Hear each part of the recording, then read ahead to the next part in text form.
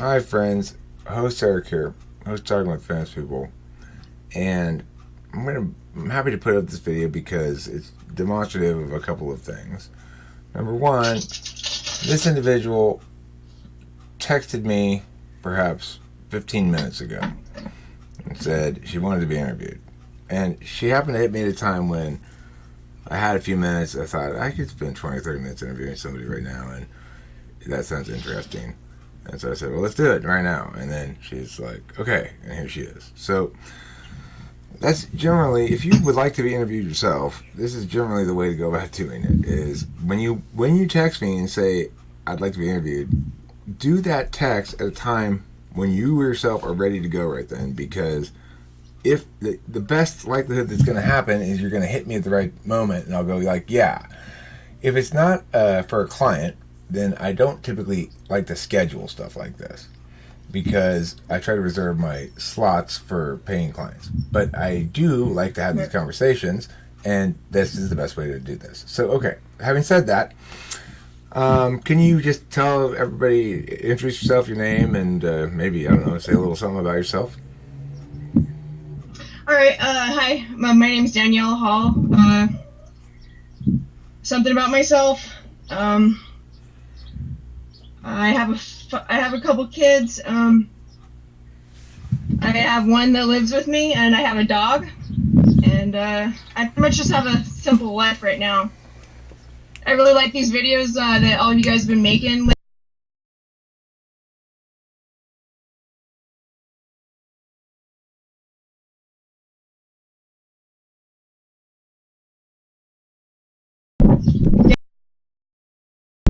So, okay, what's the third one? You said me, Flow State, and what's the third channel that you watch? The third person. Okay, so Taylor and Damon, and okay, gotcha. So when did you start learning about cognitive functions or MBTI personality, and how did you get into it?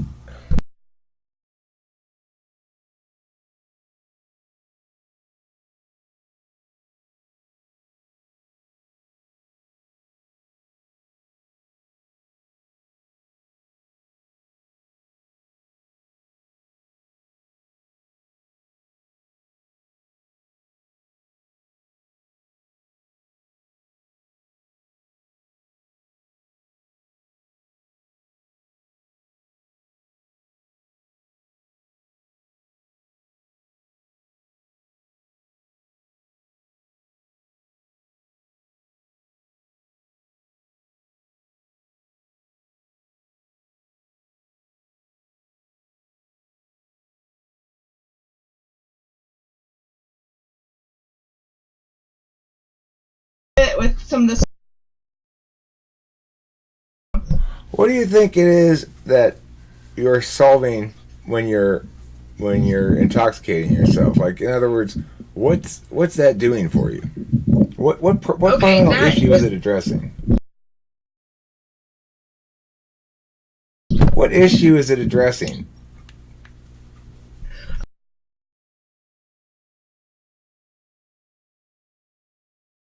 So, when I drink, yeah, because I can't go.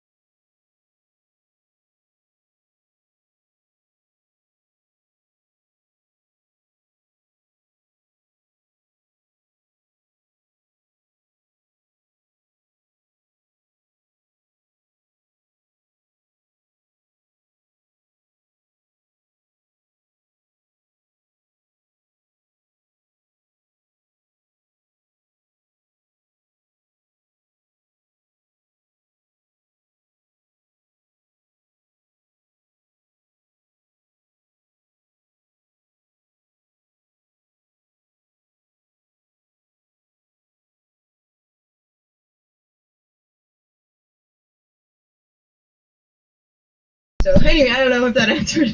you sound like somebody who needs internal family systems. I was going to say the same thing. And the reason that it's a good thing is because, I mean, I've been using it. Becky, my therapist, and Kim's therapist too, has been talking to us about it. And basically, we have parts of us that are called firefighters in the system. And what those firefighters do is when, like, okay, think about it this way. If, if under normal circumstances, I'd never cut off my own foot, right? But if it was stuck under a train track and the train was coming, and there was no way for me to get free of it enough to save my life, except by chopping off my foot, then I'd be forced to do that. And it would be a wise decision, because I would chop off my foot, but I'd live. Maybe after I chopped it off, I could even grab it before I hopped off the train track, and then they could sew it back on. Who knows? But normally that'd be a bad decision. But in those circumstances, it's a good decision. So we all have firefighters like that say, this circumstance is severe enough to warrant chopping off my foot. But the problem is, for people like a lot of people, they're firefighters, even though it's trying to work in their interest, it shouldn't have the driver's wheel at that moment. Right? So it's like, I get frustrated sometimes, and I have firefighters too. And one of my old firefighters was drinking alcohol, and so in the new state of affairs, if I get super pissed at Kimberly and it's like it's like I've had enough and just too many stressors piled on or whatever. Maybe an old instinct would be to drink alcohol as a firefighter and say, this is a severe enough moment where my emotions are triggered enough, I'm feeling enough that I can justify emergency action to put out this fire. But nowadays, instead of drinking, I'll go play poker. Or you'll go into the Mini Cooper and light a cigarette. Yeah, to punish Kimberly. I'll smoke in the Mini Cooper to punish Kimberly, or I'll go play poker because Kimberly doesn't really like that, but also because it's my own little thing that I like to do. That, like, Kimberly and I will never go play poker together. So, it's a firefighter for me, and it's a healthy firefighter because it's a low cost. It's a relatively low cost way for me to splurge or indulge in a way that is solvency for my feelings. Well, right now, when you're talking about having a problem with alcohol in particular, alcohol has one particular effect on people who have a problem with alcohol that other drugs don't have, which is it causes your firefighter to take complete control of the wheel from that point forward. So once you've given over to alcohol as a solution, it will hold that wheel until it lets go. So, and that could be a long ass time. And for example, you think you'll be like, well, I'm just gonna have one or two.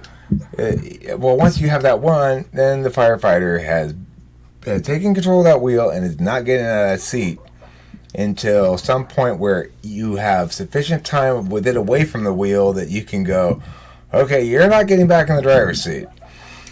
And then you have to say that every time there's a fire, right? You have to say, you particular firefighter are not getting in the driver's seat to deal with this fire. You're going to have some other firefighter from your same squadron besides you, a bottle of vodka, to come to the rescue this time. So guys, that's kind of what I look at this.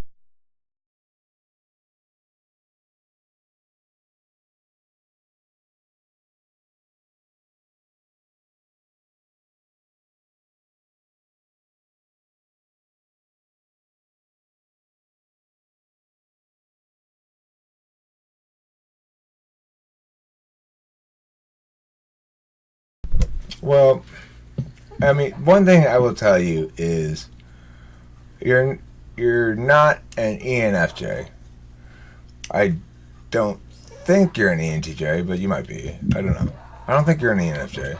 I think you're an FI user. The thing you're describing about what it is you're dealing with alcohol and your feelings is an awareness of feelings that I never had. I always attributed when asked when I hear those sort of things, when I was in Alcoholics Anonymous, like, I do this to deal with my feelings, treat my feelings, I always thought, oh, well, that's strange because I do this because there's an underlying dissatisfaction, I guess you might say, that gets solved, and or impatience with the progression of time. This is almost certainly a telemarketer. So it didn't resonate with me as a treatment for bad emotions, but rather as a treatment for ontological inadequacy. In other words, I couldn't feel satisfied with the slow progression of reality, so I try to hurry along my excitement with the exciting world of drugs and alcohol. That's a very different understanding of things than the understanding of your relationship you expressed, which makes me think you're an introverted feeler. I mean, you seem to understand what's important to you. What's more important to you is your kids than your drinking. Yep. Is it easy for you to forget that?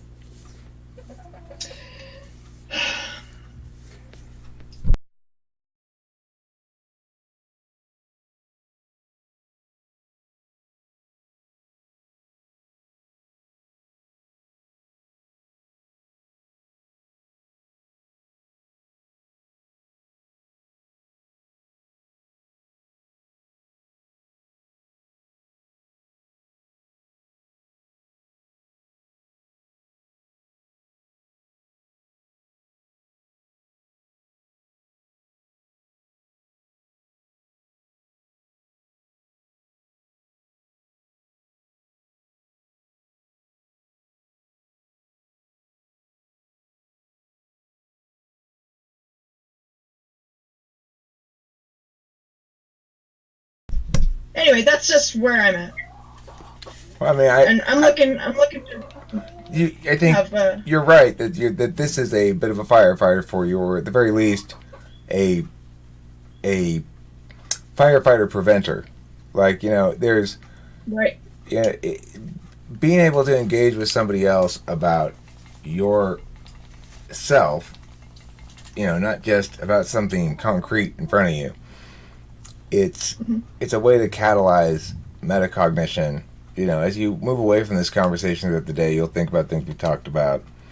You'll build new meanings or whatever off of it, and hopefully it's a productive conversation. The thing is, I totally empathize with people with substance abuse issues because I've suffered from them my entire life as well, and I had plenty of years wasted because of substance abuse problems. It's probably the case that you're right about marijuana in the sense that it does cost a lot and it is expensive and you do end up spending all your money on it and stuff. It's also probably the case that it's the only real drug treatment for drug abuse that there is. It's like I use marijuana to not prevent, but it makes it a lot easier, especially it used to. I mean, now, well, in general, it makes it a lot easier for me to handle no alcohol, knowing that there's something that can at least sort of dim me a bit, and it's not going to be an intoxicant in the way that alcohol is. So I think it's a shame that prices of marijuana aren't lower. You should be able to pick up a pound for like $100, you know?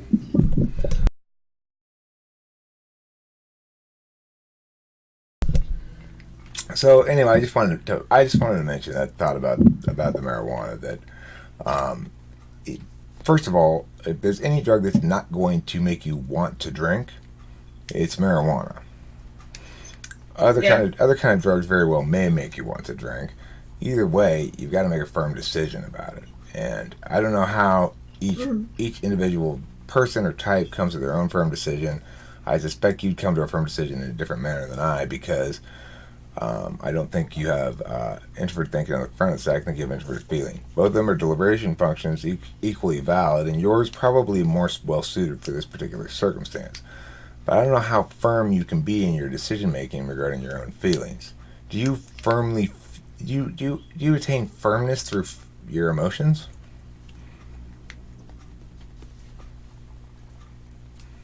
I can't hear you. It's because you plugged it in. That's why I can't hear you.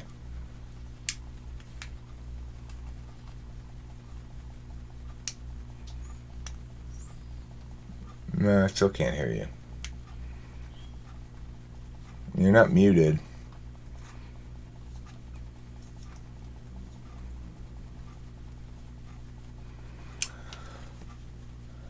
I can't hear clearly now. You sound like nothing. It's gonna be a quiet, silent, non-audio day. Okay, well, I still can't hear you. So, I think what I'll do is wrap this video up. Thanks a lot for chatting with me, and I wish you all the best, and good luck. Keep fighting the good fight. It's worth it. I'll talk to you later, and talk to you as well later, audience at home. Thanks for watching.